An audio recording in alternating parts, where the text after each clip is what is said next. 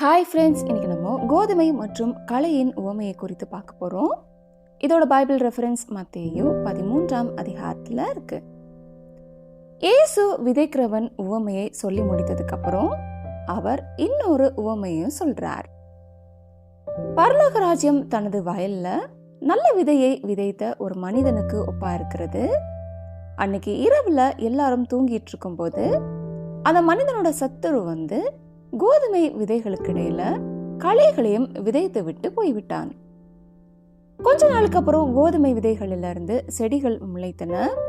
ஆனா அதே நேரத்துல களைகளும் கூட முளைத்தன.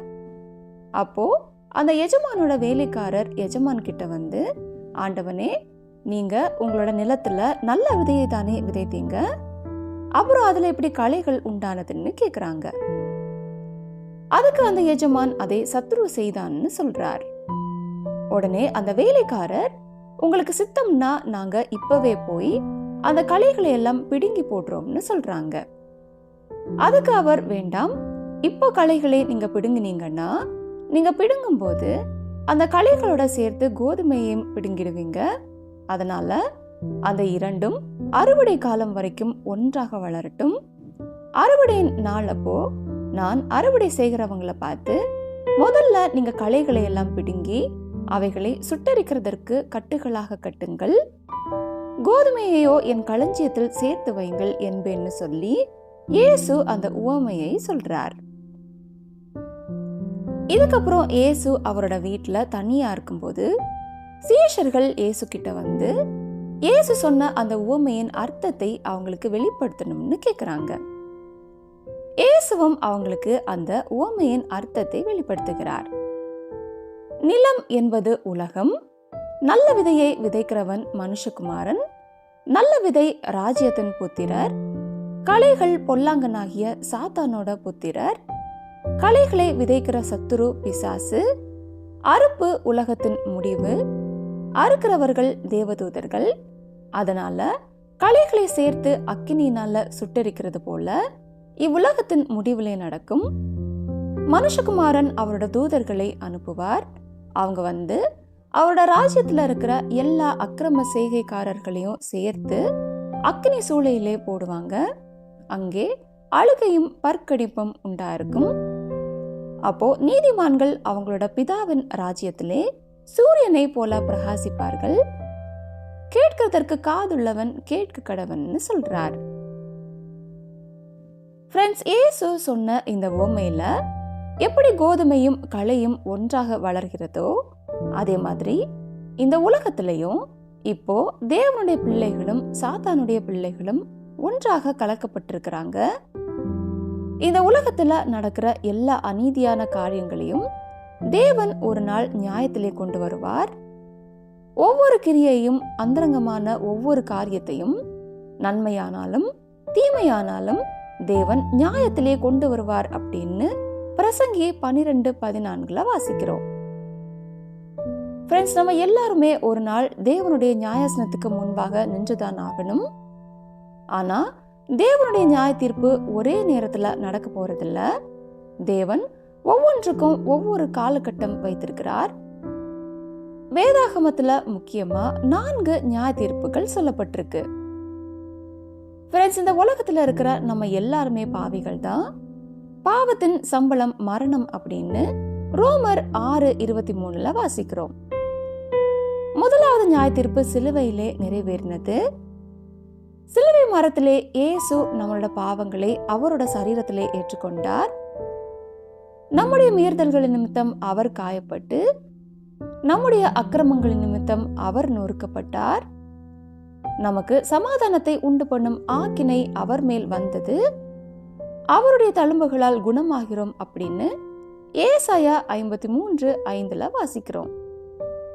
இன்னைக்கு இயேசுவை விசுவாசிக்கிற ஒவ்வொருத்தரும் பாவத்தின் தண்டனையாகிய நித்திய மரணத்திலிருந்து நீங்களாக்கப்பட்டு பிதாவுக்கு முன்பாக நீதிமான்களாக்கப்படுகிறோம். 1 யோவான் 5ஆம் அதிகாரம் 11-12 தேவன் நமக்கு நித்திய ஜீவனை தந்திருக்கிறார்.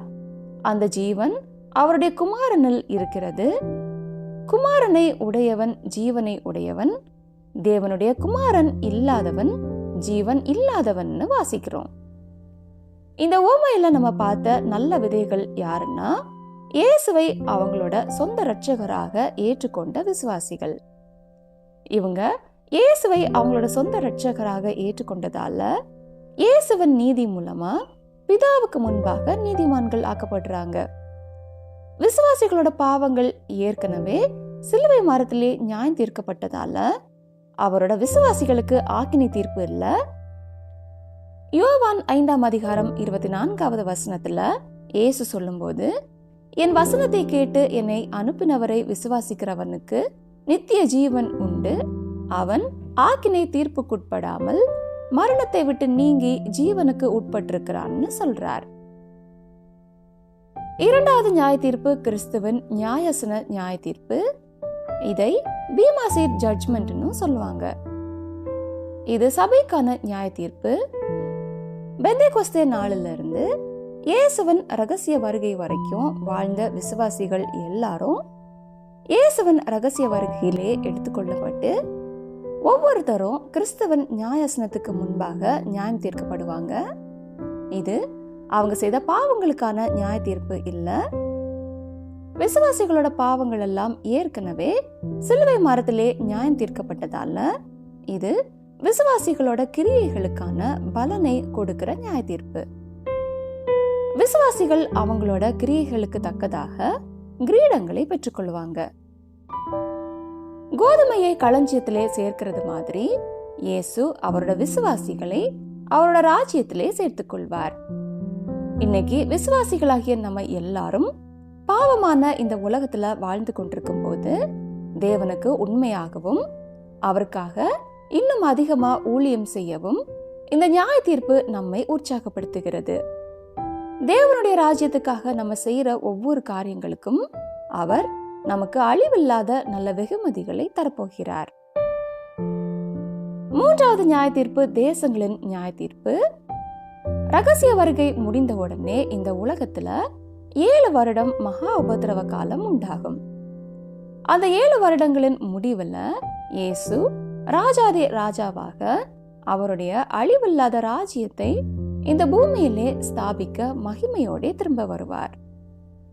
அவரோட கூட ரகசிய வருகையில எடுத்துக்கொள்ளப்பட்ட விசுவாசிகளும் மகிமைப்படுத்தப்பட்ட சரீரத்தோட வந்து இயேசுவோடு கூட அரசாளுவாங்க.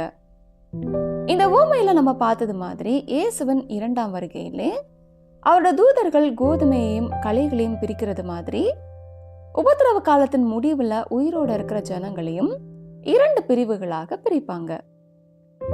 களைகளை அக்கினியினாலே சுட்டரிக்கிறது மாதிரி இயேசு துன்மார்க்கரை அழித்து போடுவார். கோதுமையை களஞ்சியத்திலே சேர்க்கிறது மாதிரி இயேசு அவருடைய பிள்ளைகளை அவரோட ராஜ்யத்திலே சேர்த்துக் கொள்வார். அவருடைய நீதிமான்கள் அவங்களோட பிதாவின் ராஜ்யத்திலே சூரியனை போல பிரகாசிப்பார்கள்.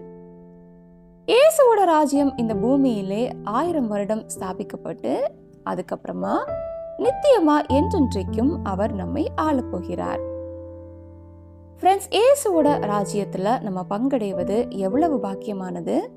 அவரோட ராஜ்யத்துல நம்ம பங்கடைவது மட்டும் இல்லாம இன்னும் நிறைய பேருக்கு இயேசுவோட அன்பை குறித்து சொல்லி அவங்களையும் பங்கடைய செய்வது நம்ம எல்லாருடைய கடமை.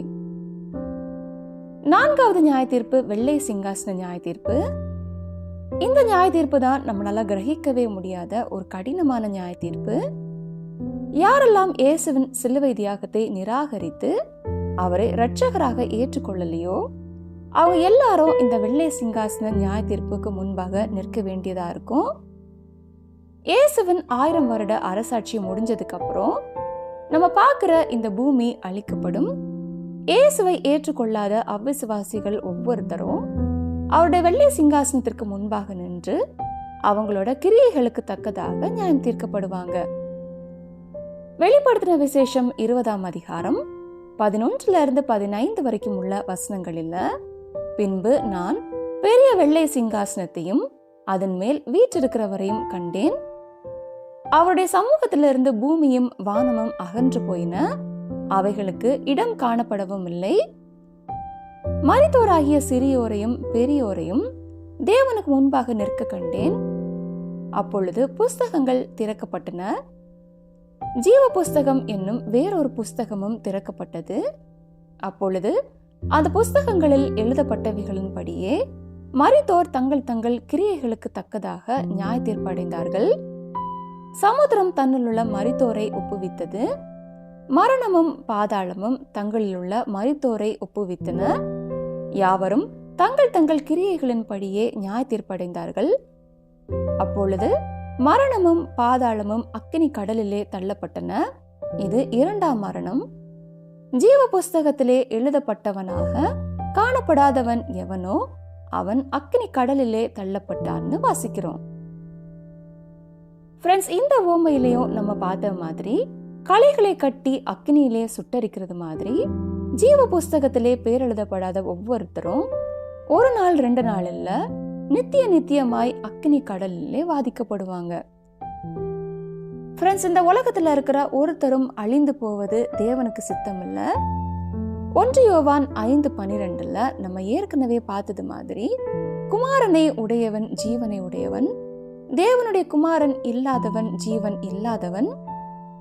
ஃப்ரெண்ட்ஸ், நம்ம நித்திய ஜீவனை பெற்றுக்கொள்ளணும்னா நமக்கு இருக்கிற ஒரே வழி ஆண்டவராகிய இயேசு கிறிஸ்து மட்டும்தான். வரப்போகிற கோபாக்கினையில இருந்து நம்ம தப்பித்து கொள்ளணும்னா நமக்கு இருக்கிற ஒரே வழி ஆண்டவராகிய இயேசு கிறிஸ்து மட்டும்தான். இந்த ஊமையில நம்ம பார்த்தது மாதிரி இயேசுவோட கோதுமைகளா நம்ம இருக்கிறோமா, இல்ல சாத்தானுடைய களைகளா நம்ம இருக்கிறோமா? நம்ம ஒவ்வொருத்தரும் நித்திய ஜீவனை பெற்றுக்கொள்ளவே இயேசுவும் ஆசைப்படுகிறார். அதுக்காக தான் அவர் இவ்வளவு பெரிய தியாகத்தையும் நமக்காக செய்திருக்கிறார். இன்னைக்கே நம்மளோட பாவங்களை இயேசு கிட்ட அறிக்கையிட்டு இயேசுவை நம்முடைய இரட்சகரா ஏற்றுக்கொள்ளும் போது அவர் நம்மையும் அவரோட களஞ்சியத்திலே சேர்த்துக் கொள்வார். ஓகே ஃப்ரெண்ட்ஸ், மீண்டும் அடுத்த பைபிள் ஸ்டோரியில சந்திக்கலாம். Bye friends.